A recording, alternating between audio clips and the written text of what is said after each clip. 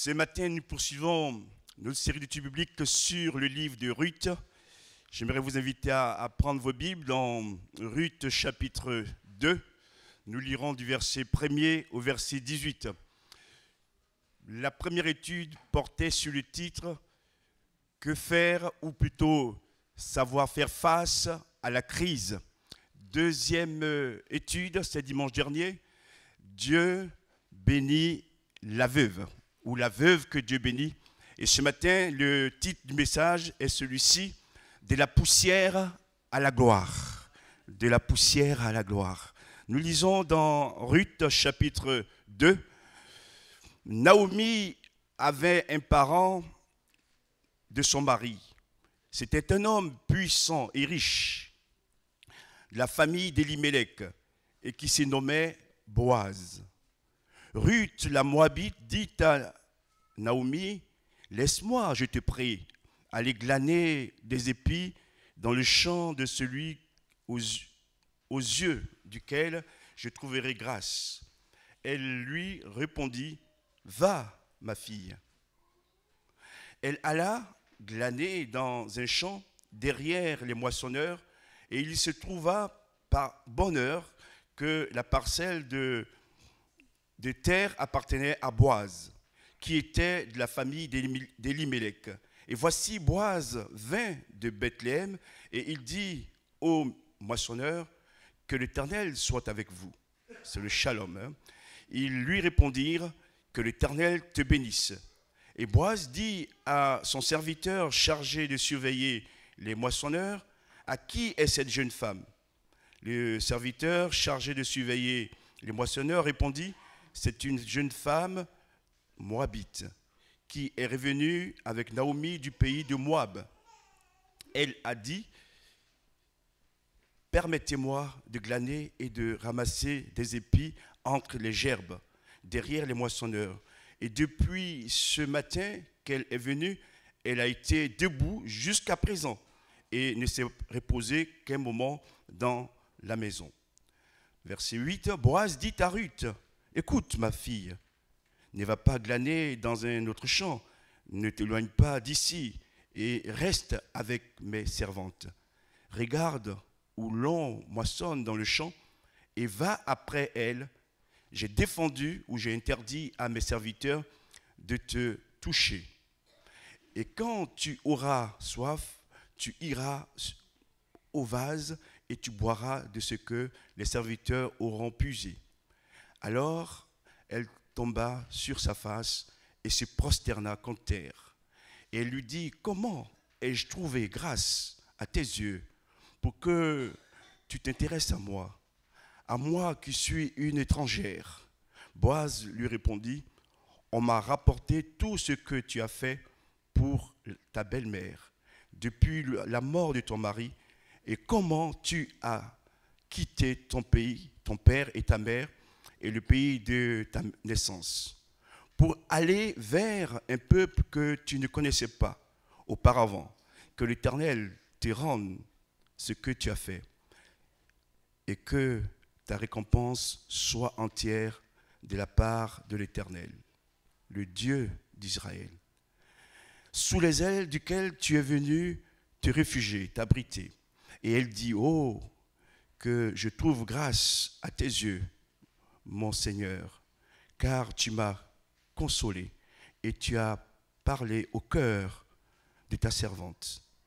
Et pourtant, je ne suis pas, moi, au nombre de tes servantes. » Au moment du repas, Boaz dit à Ruth, « Approche, mange du pain et trempe ton morceau dans le vinaigre. » Elle s'assit à côté des moissonneurs, on lui donna du grain rôti.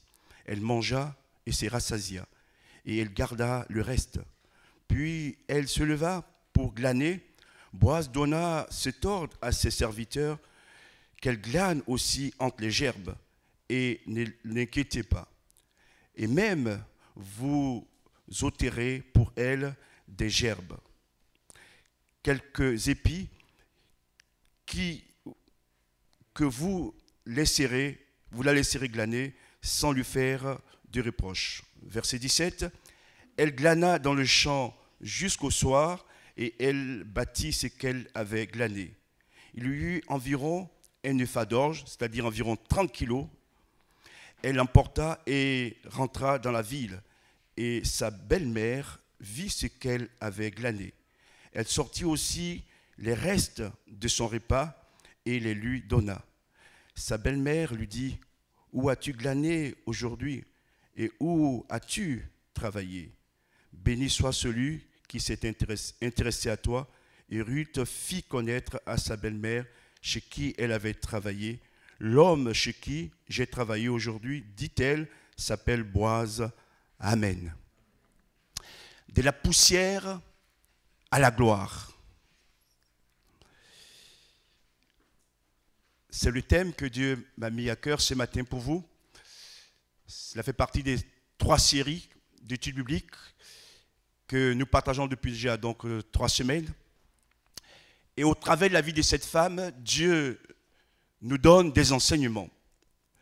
Premier point d'abord, Ruth, une femme entreprenante. C'est une femme entreprenante.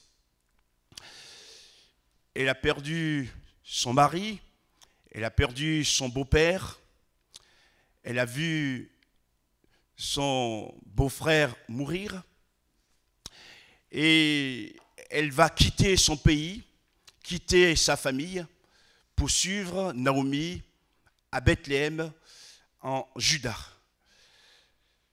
Elle part sans savoir ce qui l'attend, mais elle part dans la foi, dans la confiance. Elle s'est attachée à Naomi, elle s'est attachée au Dieu de Naomi et elle a décidé d'être avec elle jusqu'à la fin de ses jours.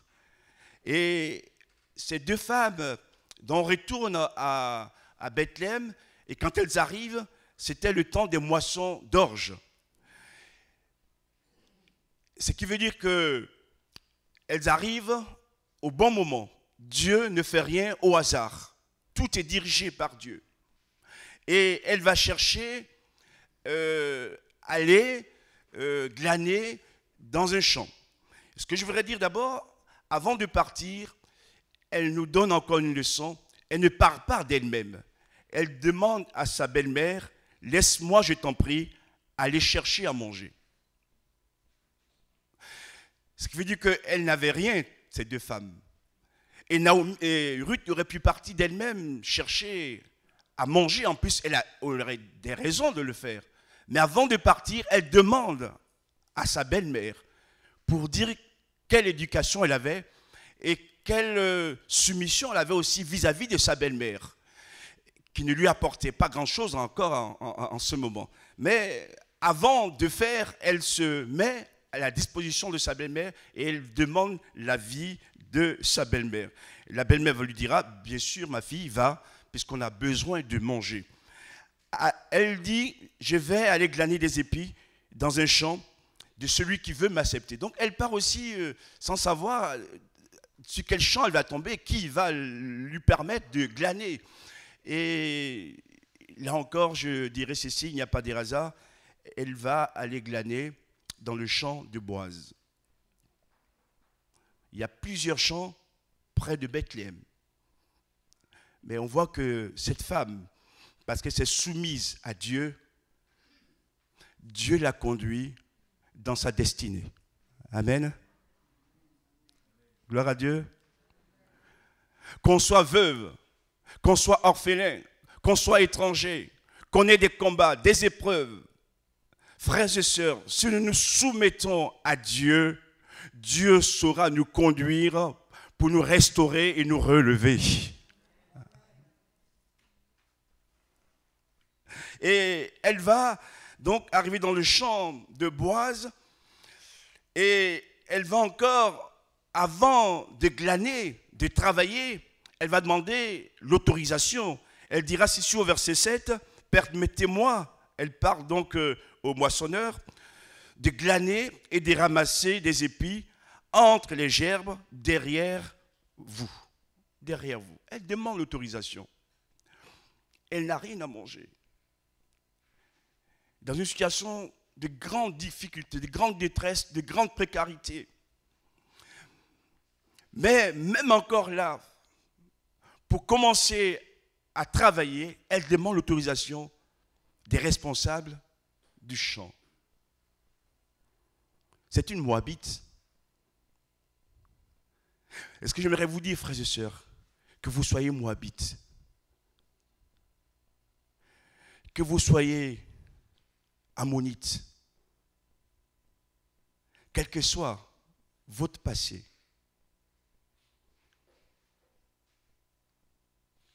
si vous êtes attaché à Dieu, Dieu saura vous donner de la sagesse afin d'agir de telle manière que vous recevez ce qu'il a préparé pour vous d'avance.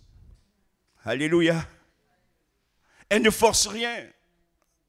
Elle est pleine de délicatesse. C'est parce qu'on souffre qu'on doit se permettre de faire n'importe quoi. Et elle demande l'autorisation à ces hommes, qui vont d'ailleurs le lui accorder. Et nous voyons ceci. Elle alla glaner alors dans le champ de Boaz, derrière les moissonneurs. Elle n'est pas une moissonneuse. Elle va glaner derrière les moissonneurs.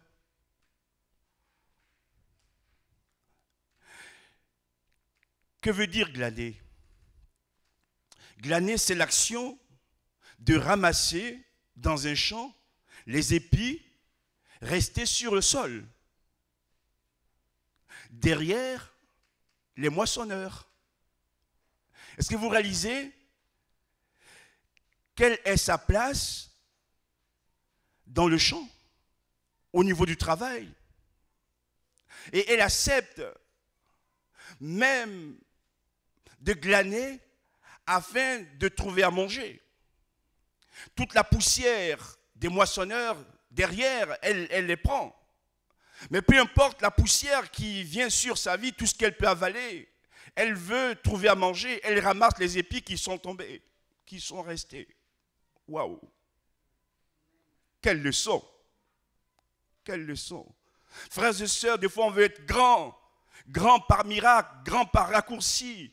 Mais avant d'être grand, il faut aussi savoir commencer à être petit, à être humble. Et des fois, je ne dis pas ça pour vous bousculer, mais nous voulons le réveil, on parle de réveil partout. Mais est-ce qu'on est prêt à mourir d'abord? Est-ce qu'on est prêt à descendre? Est-ce qu'on est prêt à accepter la volonté de Dieu dans notre vie? Même dans les épreuves, à les accepter en disant, Seigneur, fais-moi grâce pour que j'avance. Je vous laisse cette image, frères et sœurs. Jésus, le roi des rois, le Seigneur des seigneurs, qui n'a commis aucun péché, va se faire baptiser par Jean-Baptiste dans le Jourdain. Le Jourdain signifiait en hébreu descente. Et l'image est belle. Quand on baptise les gens, les personnes qui sont repenties, à l'époque de Jésus, ce n'était pas des baignoires ou des baptistères, pardon. Des gens restaient debout et on les plongeait entièrement dans l'eau. Mais pour être plongé dans l'eau, il faut s'abaisser. Vous avez compris? Tout le corps descend. Et parce que Jésus a accepté de descendre dans cette eau de Jourdain, quand il est remonté, le ciel est ouvert, la colombe est venue sur lui, et Dieu a dit, celui-ci est mon fils bien-aimé, en qui j'ai mis toute ma confiance. Alléluia. Oui, Seigneur, apprends-nous ces choses aussi. J'ai dit aussi pour moi.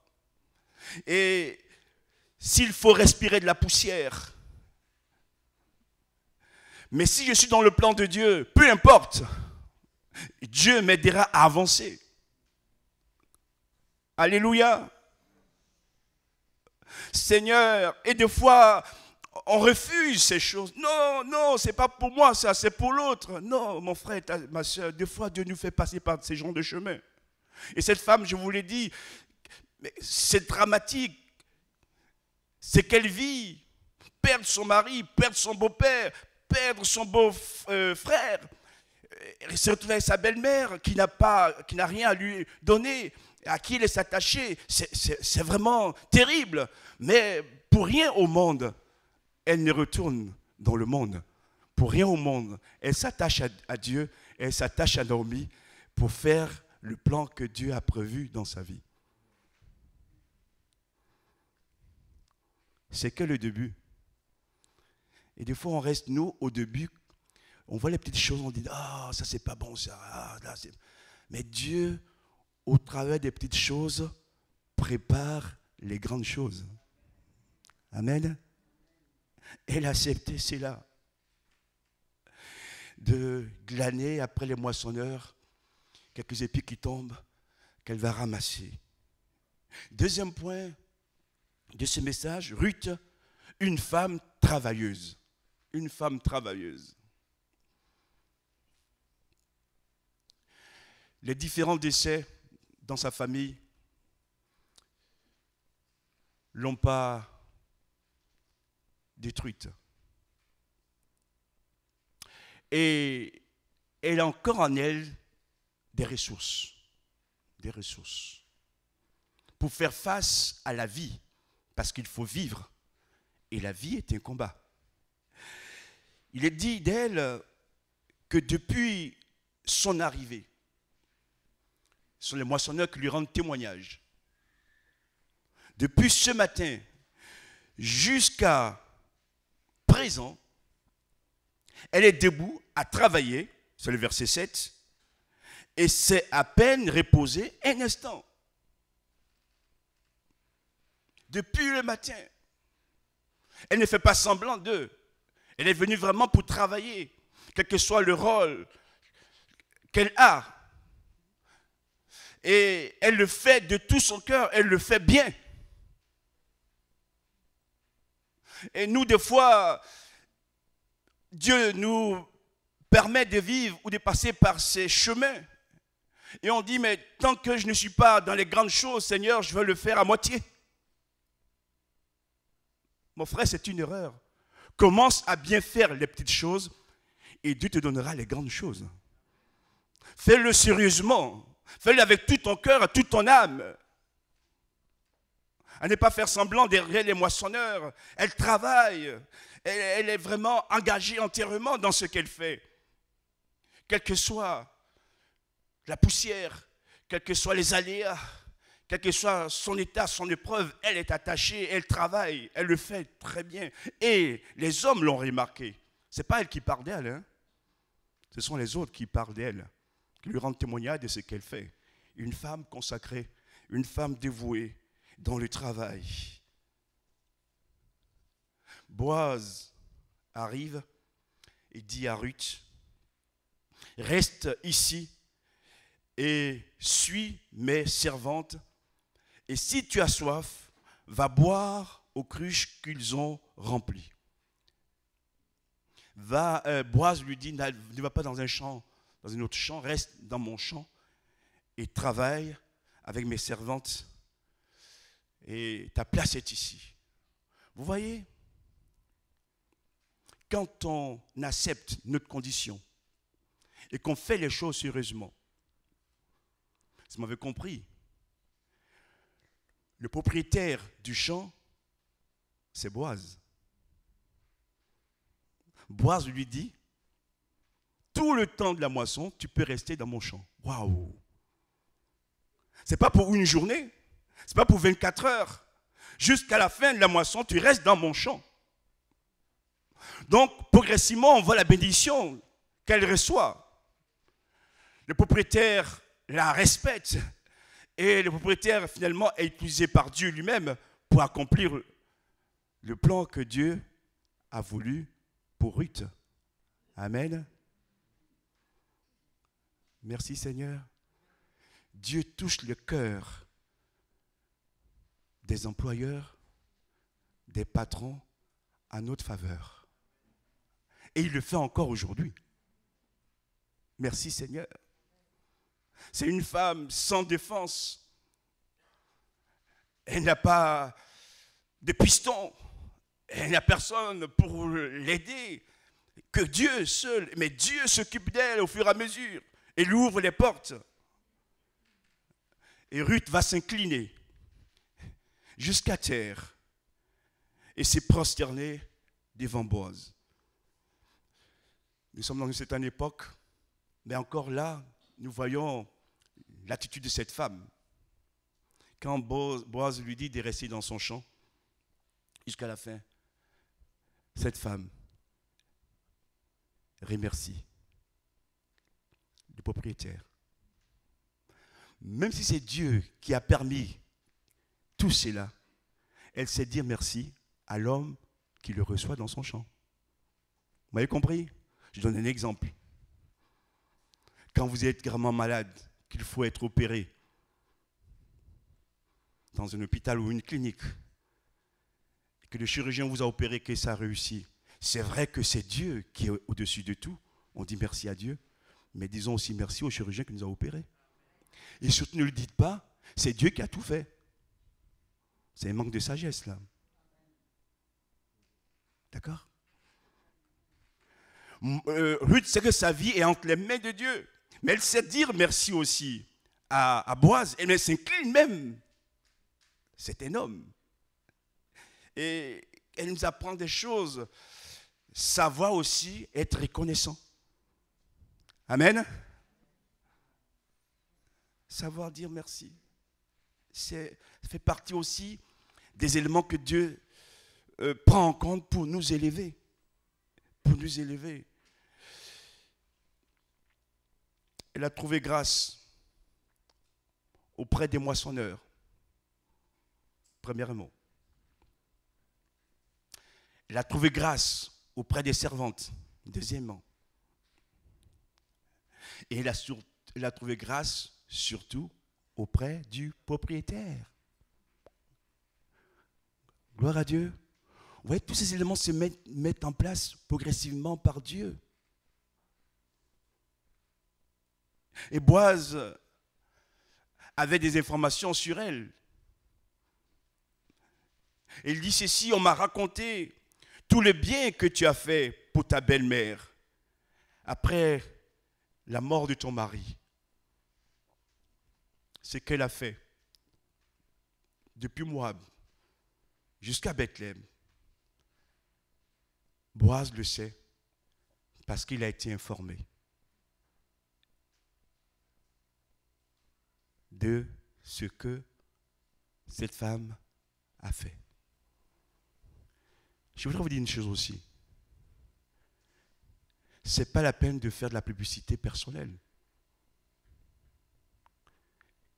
Quand on fait les choses selon Dieu, Dieu lui-même fait notre publicité au travers des hommes. D'accord? Ce n'est pas à nous de claironner. Ruth n'a jamais dit « J'ai tellement fait pour ma belle-mère. » Et Boaz, tu fais partie de la famille. Non. C'est les autres qui ont parlé de Ruth à Boaz. Gloire à Dieu. Les téléphones ont marché, mais dans le bon sens. D'accord? Des fois, on dit téléphone arabe. Il n'y a pas de téléphone arabe, il y a téléphone hollandais, téléphone ivoirien. Il n'y a pas que les arabes. Mais ici, le téléphone a chauffé, mais de la bonne manière. En disant de bonnes choses sur elle, pas des choses négatives. Vous voyez, c'est ça aussi, être dans les choses de Dieu. Et Dieu est là, dans la vie de cette femme. Et il lui dira encore qu'elle a quitté son père et sa mère et son pays natal pour vivre en Israël. Et le sacrifice dont je vous parle, elle a quitté son père pour Naomi. Elle a quitté sa mère pour Naomi. Mais j'aimerais dire ceci. Elle a quitté son père et sa mère pour Dieu. Alléluia. Surtout pour Dieu. Elle a quitté son pays pour Naomi. Elle a quitté son pays pour Dieu. Pour vivre en Israël. Pour vivre en Israël. Vous voyez tous les sacrifices que cette femme fait au fur et à mesure, où elle accepte le plan de Dieu dans sa vie, même si ça lui coûte, elle est dans le plan de Dieu. Et c'est ça le plus important. Frères et sœurs, si le chemin dans lequel nous passons actuellement est étroit et qu'il y a des sacrifices à faire, peu importe si nous sommes toujours dans le plan de Dieu. Amen. C'est ça le plus important. C'est des fois on peut prendre des routes larges, mais Dieu n'est pas avec nous.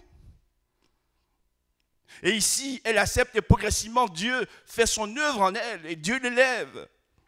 Quel sacrifice! Et souvent nous le disons, nous les prédicateurs, avant la résurrection, il y a eu d'abord la croix. Vous êtes d'accord? Il y a eu d'abord la mort. Que Dieu nous aide. Regardez la vie de Joseph, vendu à l'âge de 17 ans. 13 ans de galère pour devenir après le vice-roi d'Égypte. Ce n'est pas non plus rien. Et c'est souvent, je vous le dis, le plan de Dieu dans notre vie. Qu'on accepte de descendre et alors Dieu nous élève. Et Boaz dira ceci à Ruth, que l'Éternel te récompense pour ce que tu as fait. Et Dieu va la récompenser. C'est quoi la récompense? C'est la bénédiction. Ce matin, voulons-nous la bénédiction de Dieu? Amen. Acceptons son plan dans nos vies et avançons avec lui pour sa gloire. Après la pause repas, elle ne retourne pas chez elle. Elle retourne à nouveau glaner. Verset 17. Elle glana jusqu'au soir. Toute la journée, elle a travaillé à glaner. Derrière les moissonneurs, derrière les servantes. Et quand elle a fini de glaner, qu'est-ce qu'elle a fait? Avant de repartir à Bethléem auprès de sa belle-mère, elle va battre toute la moisson qu'elle a recueillie. Elle le fait. Elle est en action. Elle agit. Et elle rentre au village et montre à Naomi tout ce qu'elle avait ramassé. Elle le montre, le résultat de sa moisson, à sa belle-mère. Et la Bible dit ceci, c'est tellement fort, puisque à midi, au temps de la pause, elle a mangé. Elle n'a pas mangé tout son repas. Elle a gardé pour sa belle-mère. Elle aurait pu tout manger, mais elle pense à sa belle-mère. Elle donna à Naomi les restes des épis de son repas. Waouh! Waouh, waouh, waouh! Quelle femme! Des fois, on nous ramène tout à nous. Il n'y a que nous. Là, elle pense à une autre personne. Et elle lui garde aussi à manger parce qu'à la maison, il n'y a rien à manger. Vous voyez l'état de cœur de cette femme. Et vous allez comprendre pourquoi est-ce que Dieu va la bénir après. La bénédiction, ce n'est pas seulement la prière qu'on fait. La bénédiction, c'est tout ce qu'on est avant. Je vous donne un exemple encore. C'est l'histoire d'Abel et Caïn.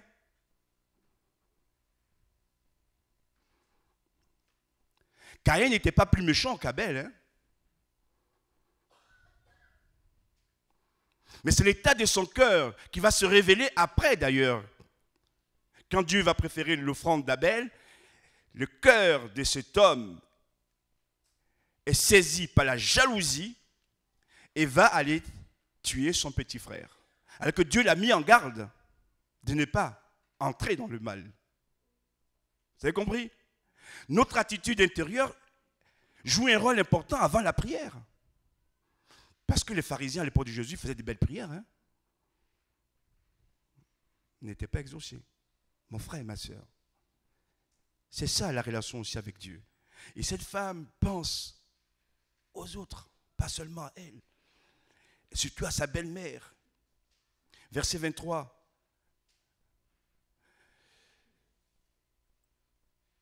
Il est dit qu'elle rentra avec les servantes de Boaz pour glaner jusqu'à la fin de la moisson des orges du froment. On ne l'a pas lu, mais je vous le lis maintenant, c'est le verset 23. Ruth resta donc avec les servantes de Boaz pour glaner, travailler, jusqu'à la fin de la moisson des orges et la moisson du froment. Et elle demeurait avec sa belle-mère. C'est une femme engagée. Ton Dieu sera mon Dieu. Où tu mourras, je mourrai. Ton pays sera mon pays. Elle s'est engagée à travailler dans le champ de Boaz. Et elle va jusqu'à la fin du travail. Pas au milieu, et puis voilà, je m'en vais. Jusqu'à la fin. C'est aussi ça. Elle est déterminée. Elle le fait parce qu'elle est dans le plan de Dieu. Peu importe la poussière, peu importe ce qui se passe. Vous avez vu même que dans ce champ, parce qu'elle était soumise à Dieu, Dieu la bénissait. Elle avait trouvé grâce auprès des moissonneurs, des servantes et de Boaz lui-même. Amen. Je termine. Troisième point. Son élévation par l'Éternel. C'est Dieu qui va l'élever. Ce n'est pas les hommes qui nous élèvent, c'est Dieu qui nous élève. Amen. Et quand Dieu nous élève, c'est beaucoup plus sérieux et ça dure longtemps. Parce que les hommes, quand ils vous élèvent, vous savez si ça change, voilà. Dieu, lui, il fait des choses durablement. Chapitre 4. C'est son mariage avec Boaz. Waouh! De glaneuse, de servante, elle passe à l'épouse du propriétaire. Waouh! C'est pas une grâce ça? Elle a perdu son mari. Dieu est venu restaurer son âme en guérissant les blessures du passé et lui a donné un nouveau mari. Amen. Dieu répare nos blessures. Dieu répare nos plaies. Parce qu'il veut notre bonheur. Dieu agit ainsi pour Ruth. Et il veut le faire aussi pour chacun de nous. Au nom de Jésus. Elle a trouvé un mari. Ils vont avoir un enfant qu'ils vont appeler Obed.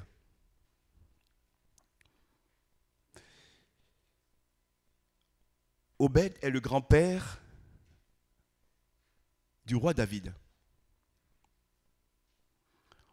Obed a donné Isaïe pour fils. Et Isaïe est le père de David.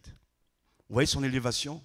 Cette femme moabite, étrangère, qui n'avait pas droit aux alliances. Dieu l'a rattachée à son peuple. Et comme elle marchait avec Dieu, elle obéissait à Dieu, Dieu l'a fait entrer dans son alliance. Alléluia. Et elle a été bénie. Elle a eu un mari, un fils, qui va faire partie de la généalogie de Jésus.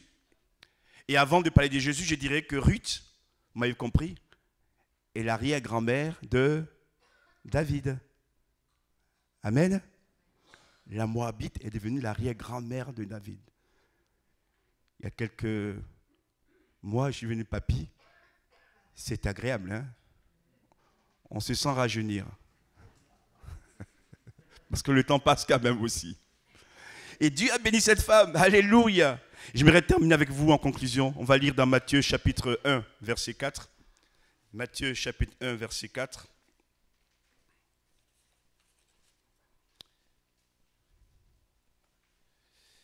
On lira Matthieu chapitre 1, verset 4 et 1, verset 16. Salmon engendra Boaz, dont Salmon c'est le père de Boaz, de Rahab. Boaz engendra Obed de Ruth. Le nom de Ruth est de la généalogie de Jésus. Waouh! Quelle élévation! Obed engendra Isaïe. Isaïe engendra David. Verset 16. Jacob engendra Joseph, le époux de Marie, de laquelle est né Jésus le Messie, qui est appelé Christ. Loin, amen. Seigneur, que ta parole ce matin encore touche nos cœurs, nous fasse comprendre ton plan dans nos vies et que nous puissions dire ensemble, quoi qu'il arrive, c'est toi qui nous élève, c'est toi qui donne la gloire. Nous sommes prêts à accepter de boire quelques instants la poussière, d'être en bas, mais un jour viendra, c'est toi-même qui nous élèvera. Que la gloire t'en soit rendue. Amen. Merci pour ta parole. Merci encore ce matin de nous encourager, de nous révéler ton plan dans nos cœurs, dans nos vies. Et surtout de l'accepter, de ne pas, Seigneur, chercher à refuser ce plan. Et si nous acceptons les choses comme l'a fait Ruth, Seigneur, nous savons que tu vas nous mener plus loin avec toi. Ce matin, donne gloire à ton nom. Ce matin, ton esprit souffle sur nos vies. Nous voulons avancer avec toi. Dans le nom de Jésus. Amen.